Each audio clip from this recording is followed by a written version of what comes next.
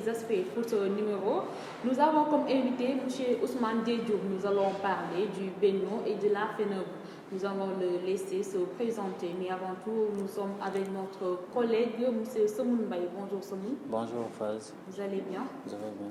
Alhamdulillah. Sans plus tarder, nous allons donner la parole à M.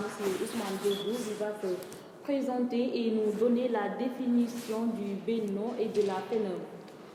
Merci Fatou et merci Semoun. Merci à vous. Je vous remercie pour l'invitation que vous m'avez accordée et aussi l'attention que vous portez à l'éducation ainsi qu'à l'Université Virtuelle du Sénégal. Permettez-moi de me présenter. Je me nomme Ousmane Diédhiou, je suis étudiant en sociologie de la licence 3 à l'Université Virtuelle du Sénégal, particulièrement de l'ENO de Keur Massar. Je suis également le président du bureau des espaces numériques ouverts de Keur Massar, président de la coordination régionale des 3 ENO de Dakar, président de la Fédération nationale des étudiants de l'Université Virtuelle du Sénégal. Pouvez-vous nous dire c'est quoi la FENOB et c'est quoi le Benno avant d'attaquer le débat?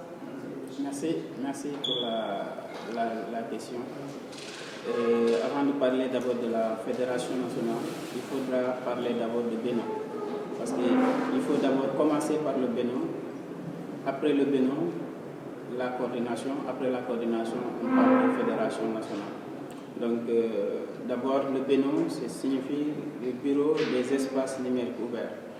Donc, vous savez que l'Université Virtuelle du Sénégal, en ce qui concerne la communauté estudiantine de l'UVS, elle est bien structurée de par les Benno. Et le Benno est composé de présidents et aussi de ses membres.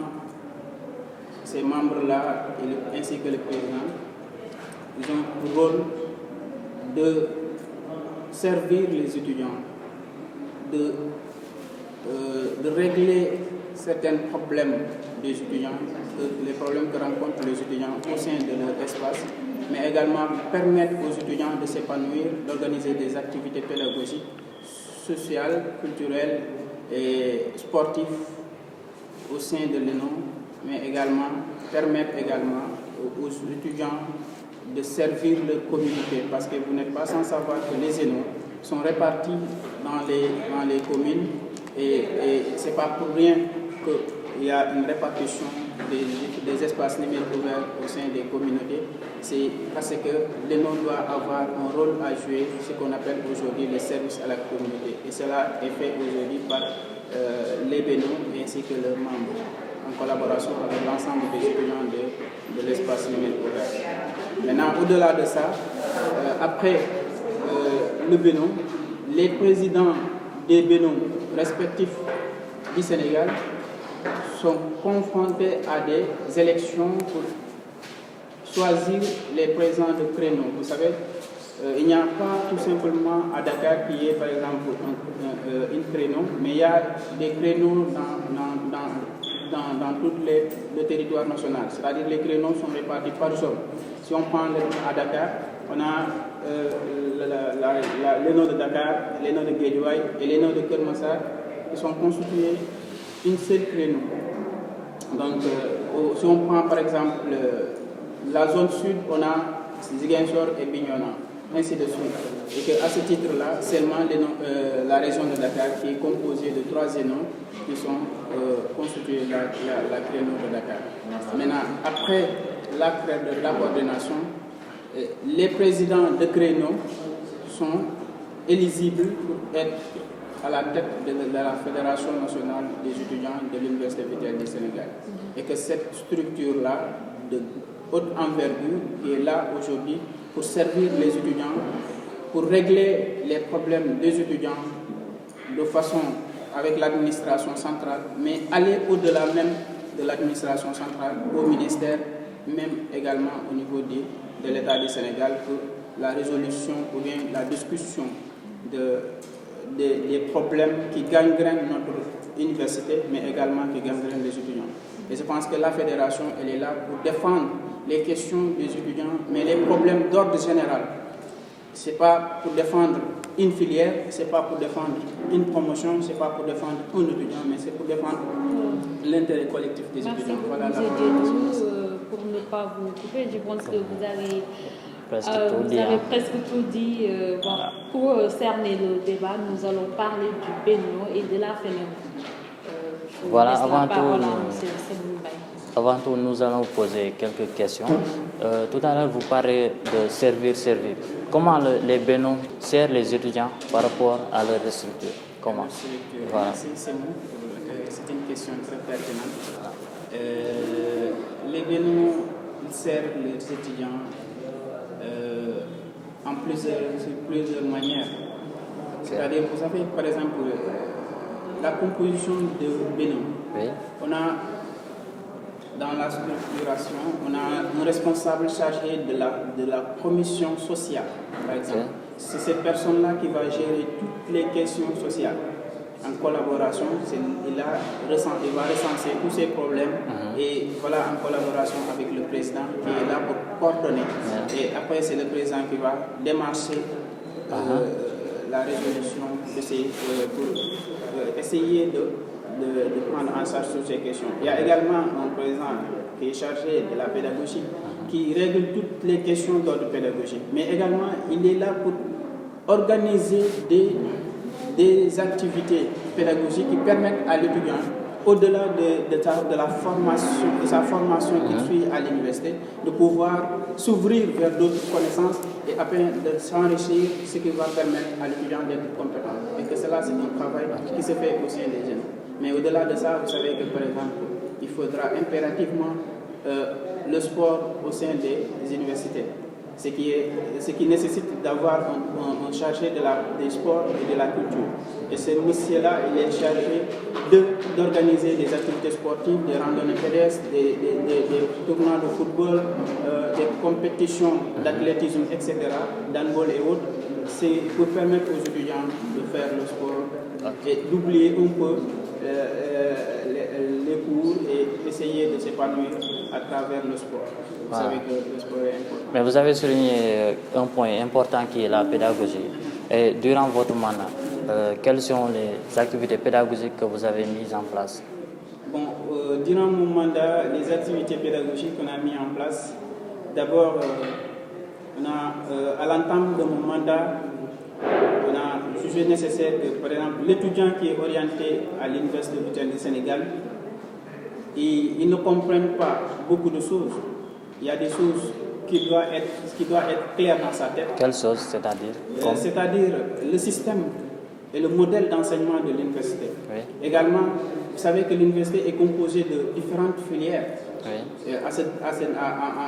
En réfléchissant sur ces tas de choses-là, ça nous a permis d'innover et de faire une activité qui aujourd'hui qu'on appelle amphi de rentrée. Qui a permis, je pense que aujourd'hui c'est l'ENO de Kermoussa qui a innové cette activité et pour permettre aux étudiants d'avoir leur maquette de la filière qu'ils font, mais également leurs anciens, c'est-à-dire leurs camarades vont venir leur expliquer c'est quoi la filière, quels sont les débouchés, qu'est-ce que vous pouvez faire et comment vous allez faire pour comprendre le système universitaire afin d'éviter certains problèmes ou bien certaines barrières tout au long de votre cursus scolaire. Voilà. C'est la seule activité pédagogique? Non, non. Il y a les compétitions de débattons intercolaires qu'on organise et aussi qui permettent également aux étudiants de réfléchir sur des thèmes d'actualité au-delà de leur formation. Mais je disais qu'au niveau de la pédagogie, au-delà des compétitions de débattons qu'on organise également des compétitions de génie annuel entre les différentes... Ce sont les seules actions pédagogiques que vous avez mis en place? Non. C'est-à-dire que vous m'avez demandé de s'accentuer sur la pédagogie. Oui, on va parler seulement. C'est le point le plus intéressant, c'est-à-dire la pédagogie. D'accord. Au-delà de ça, je vais parler du sport. Oui. Je vais parler de la culture. Je vais parler également du service à la communauté qu'on fait. Mais moi, je veux parler de l'aspect pédagogique en tant que tel. L'aspect pédagogique en tant que tel. Oui, l'aspect pédagogique. Vous m'avez dit que vous avez organisé des débattons. Et en quoi les étudiants peuvent payer à travers ces activités? Ces activités. Oui, je vous ai parlé tantôt, c'est-à-dire ça permettra à l'étudiant de s'ouvrir vers d'autres connaissances. Parce que la réussite ne se limite pas tout simplement à la sociologie que je fais, ne se limite pas tout simplement aux mathématiques, informatiques et appliquées que je fais par exemple. Maintenant, il faudra organiser ces activités d'un laboratoire qui permettra d'abord à l'étudiant de pouvoir s'engager à la prise de parole en public, mais également de parfaire sa communication en public.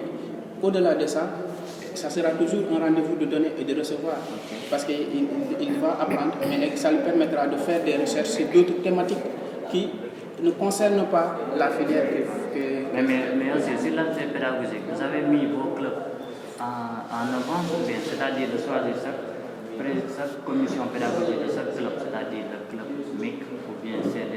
Oui, à ce niveau, je pense qu'on est en parfaite collaboration avec les différents clubs. Il faut reconnaître que dans les zénos, les clubs ils ont une grande importance parce que c'est les clubs qui animent les zénos. Maintenant, il faudra une collaboration. Par exemple, tous les clubs, les chargés de la pédagogie du Bénin est en collaboration avec les pédagogies de tous les différents clubs. Voilà, parce qu'il y a certains Bénins, ils n'ont pas mis en place les clubs et du point de vue pédagogique, ils ont échoué, mais c'est très peu. C'est-à-dire, moi, je juge un peu votre aspect pédagogique, mais je crois que c'est très peu. Vous pouvez en faire plus vu qu'il y en a d'autres opportunités pour faire la pédagogie, comme c'est d'organiser des concours, voilà, pour enseigner aux étudiants sur l'aspect pédagogique. Parce que presque tous les étudiants disent que les bénins, ce sont que les fêtes qui les intéressent. Oui. Vous savez que ce n'est pas question c'est les fêtes qui nous intéressent. On dit que même une festivité, c'est une festivité. Non, vous savez, cela permettra, si on s'accentue trop sur ça, sur des activités de haute envergure, cela nous permet également de vulgariser notre université pour montrer le savoir-faire et l'enseignement de qualité qui se fait à l'université. Maintenant, organiser des concours et autres, ça fait partie de nos programmes. Mais vous savez que par exemple, on est coincé par le temps. On est coincé. En fin de mandat. Oui, je suis en fin de mandat. J'ai déjà terminé depuis le 31 décembre le mandat. Donc j'espère que je serai là comme conseiller. Non. On ne postule pas. Non. C'est bon, je crois qu'on peut venir. Après, s'il n'y a pas de questions. Merci beaucoup. Je pense que c'est très clair et très pertinent aussi. Vous avez donné des réponses qui sont vraiment claires. Merci beaucoup, M. Mbaye Somoun. Moi, j'ai juste une question à propos du Bénin. Je voulais vous demander, M. Djedjou, est-ce que vraiment les étudiants se sentent à l'aise? Est-ce que les étudiants savent même c'est quoi le Bénin? Parce que moi, d'après ce que j'ai vu, la remarque que j'ai faite, c'est qu'il y a des étudiants qui ne savent même pas l'existence du Bénin et c'est quoi la signification du Bénin. Merci beaucoup, Fatou, pour la pertinence de la question. Mais je veux dire que peut-être cela existait, mais pas cette année. Parce que malgré, je peux noter que les réalités des zénons ne sont pas les mêmes. Par exemple, les réalités qui se trouvent à l'ENO de Dakar, les réalités qui se trouvent à l'ENO de Guédiawaye et Kermassa ne sont pas les mêmes, n'est-ce pas? Et aujourd'hui, les étudiants qui fréquentent les zénons savent c'est quoi un Bénin, c'est quoi le rôle du Bénin, parce que nous, les présidents de Bénin, on ne doit pas. On n'a pas le temps même pour apprendre nos cours. C'est les étudiants qui nous appellent, j'ai un tel problème, ceci. Et que si vous le constatez même cette année, avec nos activités qu'on organise, par exemple, si je prends le cas des unités d'intégration et autres des unités pédagogiques qu'on organise, vous voyez nettement la participation massive des étudiants, ce qui explique que les présidents des Bénin respectifs, ils font un travail remarquable pour... Vous parlez de vous ou bien celle des autres zénons? Non, je parle de façon générale. Non, mais comme vous l'avez dit, les réalités ne sont pas les mêmes. Oui. Tel qui se passe à Oui. Mais vous savez que j'ai fait tous les zénons et j'ai fréquenté tous les présidents aussi et tous les zénons presque du Sénégal.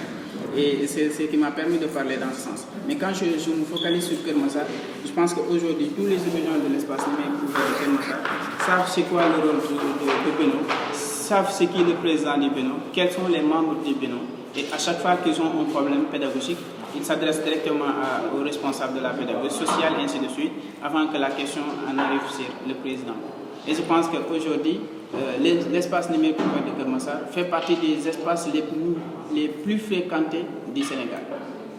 Donc, ce qui explique aujourd'hui, il y a un travail remarquable qui s'est fait là-bas par le Beno et pour essayer d'accueillir les étudiants avec charisme, mais également de les intégrer, de leur permettre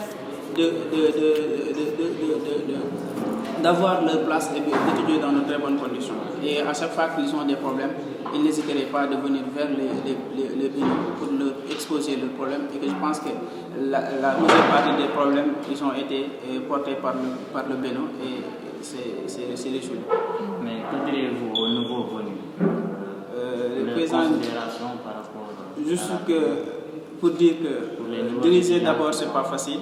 Parce que, et surtout quand on dirige des étudiants, parce que l'étudiant, si vous réglez 10 de ses problèmes, le jour où il va vous reposer une autre question, vous n'avez pas sa réponse, il va oublier toutes les 10 réponses que vous lui avez données.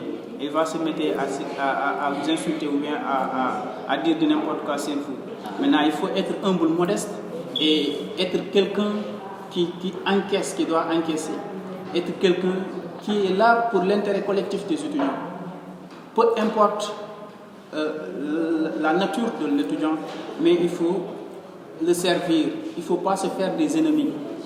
Vous êtes le dirigeant. Vous n'êtes pas le président d'une filière, vous n'êtes pas le président de quelques étudiants, mais vous êtes le président de tous les étudiants de cet espace numérique ouvert. Ce qui fait que pour régler les situations des étudiants, parce que c'est cela qui vous a permis d'être à la tête de cette structure, il faudra régler les problèmes de tous les étudiants, sans distinction.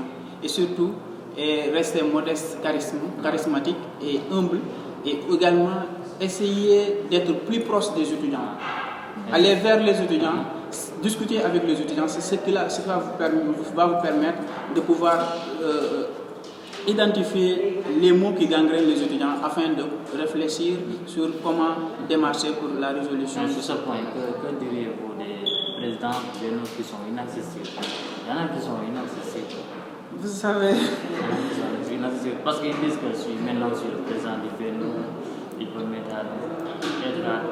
se mettre difficile. Non, ça je ne vois pas que... Parce qu'il y en a. Oui, je sais. Il y en a. Oui, je sais, mais je pense qu'à mon niveau, peu importe vos galons, les titres, parce que le président de Beno, on ne le paye pas. Non. Il se donne corps et âme. Mais il y a un budget qui lui est assigné. Le budget là, ce n'est pas pour le président, mais ce budget là, c'est alloué pour le déroulement des activités. Ça concerne, c'est l'argent du contribuable, c'est tous les étudiants des espaces. Le président n'a même pas le droit de sortir un franc dans la caisse sans justification.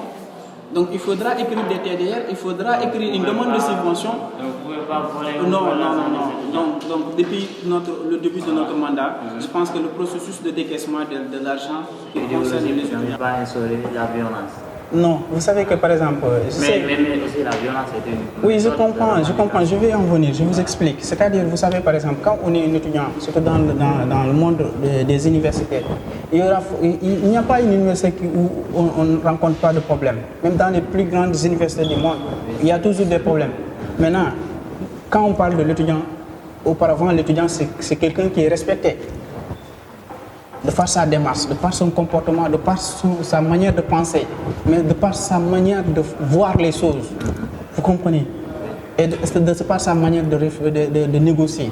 C'est-à-dire, vous savez qu'aujourd'hui, quand par exemple on a un problème de connectivité, d'abord l'étudiant ne peut pas se lever du tic au tac et dire voilà, on va taper sur la table ou bien on va faire de la grève.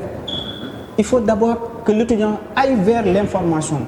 Si l'étudiant a la bonne information, à ce niveau-là, l'étudiant peut taper sur la table. Mais il ne faut pas taper sur la table après avoir eu l'information. Après avoir eu l'information, il faudra aller vers des pourparlers, c'est-à-dire négociation, discuter avec les concernés, leur dire voilà la situation, on a eu la source du problème, maintenant qu'est-ce qu'on peut faire pour résoudre ce problème? Maintenant que l'étudiant, il n'est pas tout simplement celui qui a un problème et critique pour critiquer ou bien pour taper, mais également la responsabilité, elle est partagée du côté de l'administration, également du côté de l'étudiant. Maintenant ici, j'essaie également d'amener aux étudiants de comprendre que s'il y a un problème aussi, l'étudiant doit également contribuer à solutionner ce problème. Mais pas d'utiliser la violence. La violence peut venir, mais quand... Oui, la violence peut venir. Vous savez que l'administration, parfois, elle divise pour mieux régner. Mais la violence peut venir en dernière position lorsque vous avez passé par toutes les voies sans rien avoir de concret. À ce niveau-là, vous êtes libre de faire de la grève parce que vous allez dire que carrément on a passé par toutes les voies, on a négocié, on a envoyé des courriels, on a envoyé des demandes, etc. Tout ça, mais ça n'a pas abouti. On a fait des réunions, tout ça, ça n'a pas abouti. Et c'est cela, vous aurez dans l'obligation de passer à la vitesse supérieure. Vous savez, aujourd'hui, ça nous a permis, avec tous les présidents de Bénin, que je félicite de passage, qui ont pu adopter également la même idéologie, parce que cette équipe de cette année, je pense qu'on a la même vision, la même idéologie. Ce qui nous a fait... Mais il y a beaucoup de problèmes. On a beaucoup de problèmes, mais sur tous les problèmes, vous avez vu que les problèmes ils ont été résolus. Parce que comment on a fait pour résoudre ce problème? Parce que vous savez qu'aujourd'hui, l'Université vitale du Sénégal, elle responsabilise l'étudiant, son étudiant. Vous comprenez? Maintenant, ce qui va permettre aujourd'hui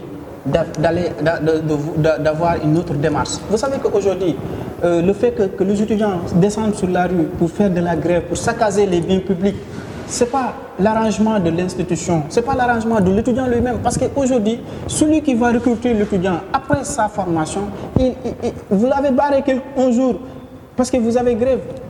Parce qu'il doit être dans son bureau à 8 h, vous l'avez empêché, il est resté là jusqu'à midi, il n'est pas allé dans son bureau. Ça amène des frustrations et que ce n'est pas bon pour l'avenir de l'étudiant. Donc vous conseillez aux étudiants d'utiliser la méthode pacifique? Je ne conseille pas d'utiliser la méthode pacifique, mais de respecter, c'est-à-dire les chartes et les voies. Vous comprenez? Parce qu'aujourd'hui, si vous êtes mal comporté, parce que si vous descendez dans la rue, forcément vous allez saccager, vous allez gasser une voiture d'une personne. Et tout ça, aujourd'hui, j'ai l'habitude de dire, par exemple, l'administrateur de l'ENO de Kermassar et l'administration de l'IVS, ils n'ont pas un diplôme où on a mentionné l'Université vitale du Sénégal. Aujourd'hui, si l'Université vitale du Sénégal est fermée, ça ne n'empêche pas de continuer d'aller déposer ailleurs et de travailler. Mais nous, en tant que des jeunes, et qu'on a l'avenir devant nous, on ne pourra pas le faire. Il faut aller faire d'autres formations. Si vos parents n'ont pas les moyens, vous êtes foutus. Donc c'est dans ce sens-là que je mène à comprendre les étudiants et à adopter cette même idéologie-là pour que l'étudiant sache que le Sénégal tout entier compte sur lui pour son avenir. Donc sur ce, l'étudiant doit avoir un bon comportement, mais également une bonne démarche dans la résolution de ses problèmes. Donc en conclusion, on peut dire que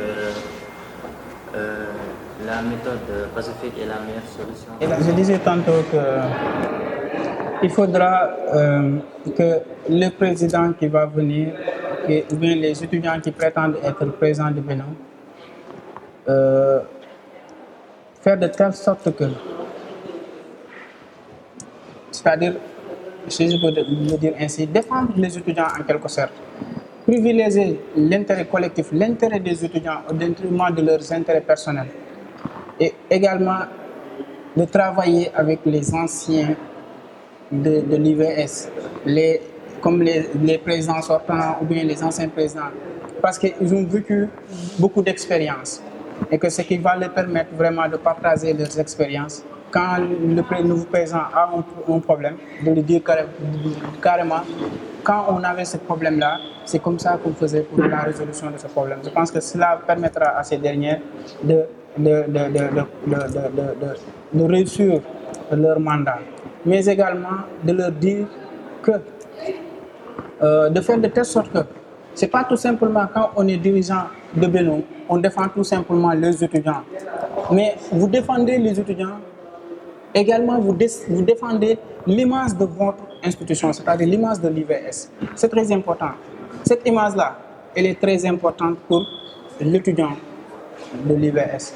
Donc, c'est à cette dernière-là de comprendre cela et de défendre dignement les étudiants et d'éviter certains détails et de se comporter comme des intellectuels et leaders. Et ça pourra vraiment aller dans le bon sens.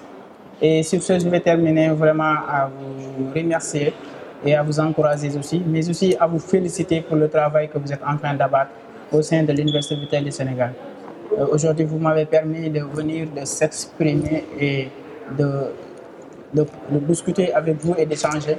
Et c'est quelque chose de très pertinent. Et ça a été un rendez-vous de donner et de recevoir. J'ai beaucoup appris de vous, de ce que vous faites également. Et merci également de m'avoir donné cette opportunité. Et je vous souhaite bonne continuation et bonne chance pour la suite de vos activités. Merci. Merci à notre cher invité, M. Diego, pour sa disponibilité. Nous n'allons pas terminer sans pour autant remercier le Dr Paris, l'administrateur de l'ENO de Dakar. Nous remercions également le coordinateur de l'Université virtuelle du Sénégal ainsi qu'au responsable de l'Université virtuelle du Sénégal. Merci également à nos chers internautes. Nous vous remercions et vous donnons rendez-vous très prochainement pour un autre numéro de l'émission L'éducation et ses aspects. Au revoir et merci beaucoup.